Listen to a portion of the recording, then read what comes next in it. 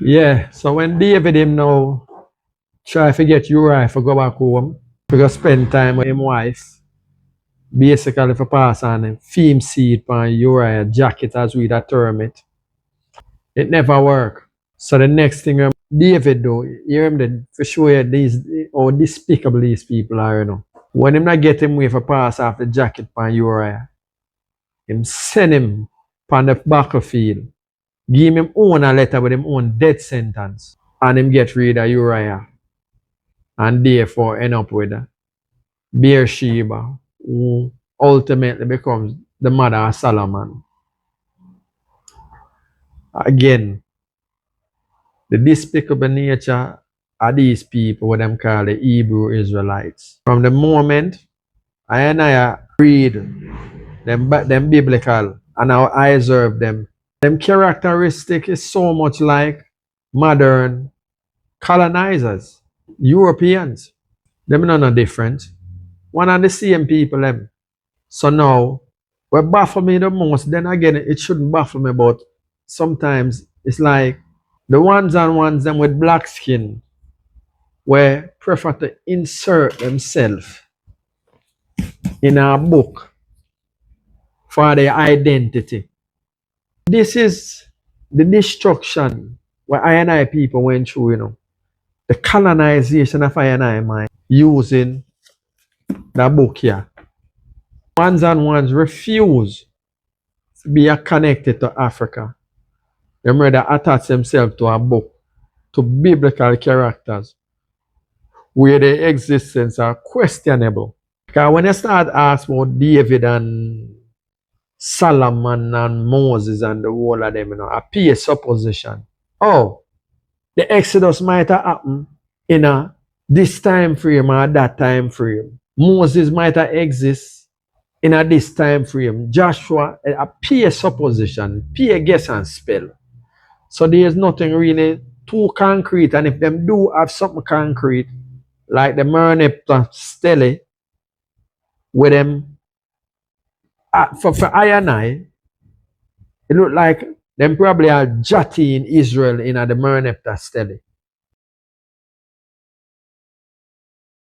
To give them legitimacy. Because historically you can't define them. And like me said, but yet still, you have ones and ones with black skin attach themselves to these people and think them special. Nothing special about them in an I and I side. They are despicable and evil. An evil set of people them. From them time to now, them not change. They don't change. And this will separate I and I as Rastafari from them. I and I attach I and I self to a reality. Ethiopia's Imperial Majesty Emperor Haile Selassie the first. And they say I and I connect and I self to anciently the indomitable spirit of Ethiopia.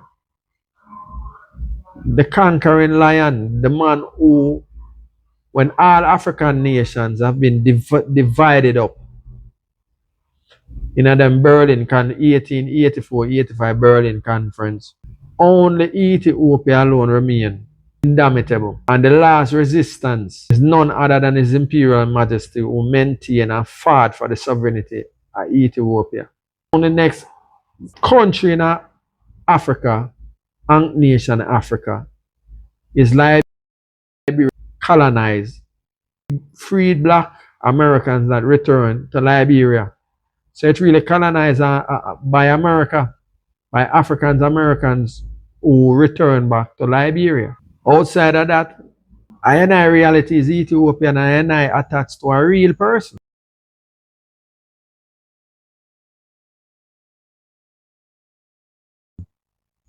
Where I and I declares I and I divine His Imperial Majesty Emperor Haile Selassie the first. Jah Rastafari. No. The first ones and ones who come up with this were insert black skinned people in this book here. Are Frank Cherry and William Sanders Crowley in the 19th century. Now, these ones read them Bible, and because of the oppression of slavery, the trauma of slavery, When them go in them book, them see similarities between I and the people what them call Israelites, the Hebrew people, them especially when them fictionalize them so-called bondage in Egypt, in them so-called Exodus. And I sure say the concept of slavery go by the biblical account. And now the man will start out with slavery. By whom enslaved Canaan between them uncle Shem and Japheth. And we recognize that Canaan is black based on the geographical location again we assigned to Ham, which is Mizraim, Cush, Put, Libya, Mizraim are present day Egypt, and Cush is upper Egypt all the way up to modern day Ethiopia. Because modern day Ethiopia, the Egyptians declare them roots. Tamari. So these distortions, and the distortion come from the diabolical enterprise called the transatlantic slave trade that brought captives and turned captives into slaves. And they colonize their mind and the trauma. So when them find nation, or them try to draw a correlation to themselves and insert themselves in the Exodus story and the bondage of the Hebrew Israelites with them so-called 480-year bondage in Egypt, which I and I don't point out say the closest thing to an Exodus, a warfare with the Hyksos them to the 15th, and then the indigenous them start wage war upon them starting with Camus dead on the battlefield and Amos continue the struggle till him expel them completely. And them run in the Sinai Peninsula. And at this, so them go re-establish themselves. So I and I as a people, have to have knowledge of self, have to know. And when I and I come on this space as articulating Rastafari, I have to prevent the young ones them from being tricked into a false perception of self, false identity calling themselves Hebrew Israelites. Based on the works of the Hebrew Israelites, biblically speaking, and if we go outside of the Bible, them reflect the very same colonizing characteristics of modern day Europeans and them ultimate desires are to conquer I and I. Based on when Noah declared Canaan to be a slave, it did come to pass. Because these foreign individuals, northern, aggressive, recessive people, them eventually conquer the whole of the Middle East, come all the way into Africa. And like I mentioned again, ultimately, the Berlin Conference and the dividing up of Africa, except for Ethiopia and Liberia. But I can't put Liberia on the colonization because, like I say, black Americans with the backing of America go in a Liberia and colonize it. So I and I make these sounds, multiple videos I and I make, word sound. Not so much about the Hebrew Israelites and them fallacy, It's for the young lions them. So they can know the story and know that these don't get caught up in these fallacies. It is a direct result of the transatlantic slave trade, the diabolical, and the trauma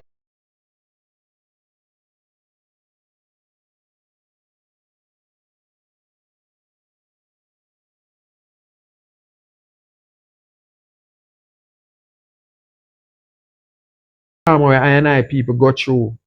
These are part of the coping mechanism because you don't want to identify with Africa. I'm telling you, Africa is nothing. Africa has contributed nothing to human development.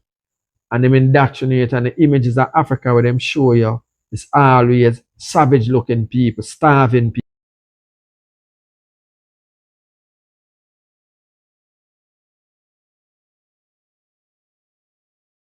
people. So who want to be identified with those kind of images? So Naturally, some of them, William Sanders, Crowdy, and Frank Cherry, and all of the rest of ones them follow them, find themselves empowered, being identified with biblical characters, the children of Israel. And them go through all kind of ways to make this their reality. And because of their distortion, now come with a whole heap of things. Because right now, their attitude, Hebrew Israelites, the Moors, the indigenous movement we are going to, all of these things are put a threat to the reparation argument.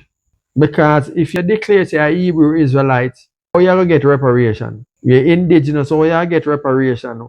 When it's been established, say they went to Africa and out of that them come and brought captives over here and turned captives into slaves and re-socialize them, engineer them, and erase their identity. This is what Ionai's Rastafari is up against, and Ionai is faced with these distorted ones. Distorted Africans, preferably Ionai refer to as an Ankh nation, we don't want to be identified, don't want to have nothing to do with the continent. And even in the Bible, we see them quote scriptures where them use to disrespect so-called Africa, to make themselves feel special, but them are Hebrew Israelites. It's a fallacy. And it is questionable because archaeologically and historically, you barely can't really find them, especially in the timeline where they want to put themselves. So I just allege this word so for sure ones and ones. So there's nothing special about these Hebrew Israelites biblically. And there's nothing special about them in a modern time. They are just a distortion, confusion. People who don't know who they are and willing to immerse themselves into biblical characters. And know them all over the place now are so confusion within the diaspora. And these are the things Rastafari for content, and this is why I articulate Rastafari. So the ones that the young lions them can know them story, know who you are. And there's nothing like Rastafari, because Rastafari come from you. Birth out of the diabolical enterprise called the transatlantic slave trade. And again, that brought captives and turned captives into slaves. And I as the refusers refuse to accept their story and what they're trying to tell us and hold on to our roots, which is the Ankh nation continent called Africa. And hence Rastafari, hence His Imperial Majesty Emperor Haile Selassie I Jah Rastafari, and Empress Menen, I mother. We are not confused. We know who we are.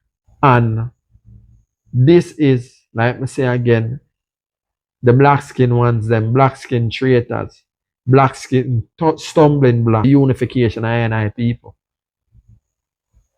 And these are the ones that I have to deal with first. And how we are going to deal with them? Knowledge of self. We have to articulate and show the viability of Rastafari and give historical references and show I why Rastafari is viable. Because I own.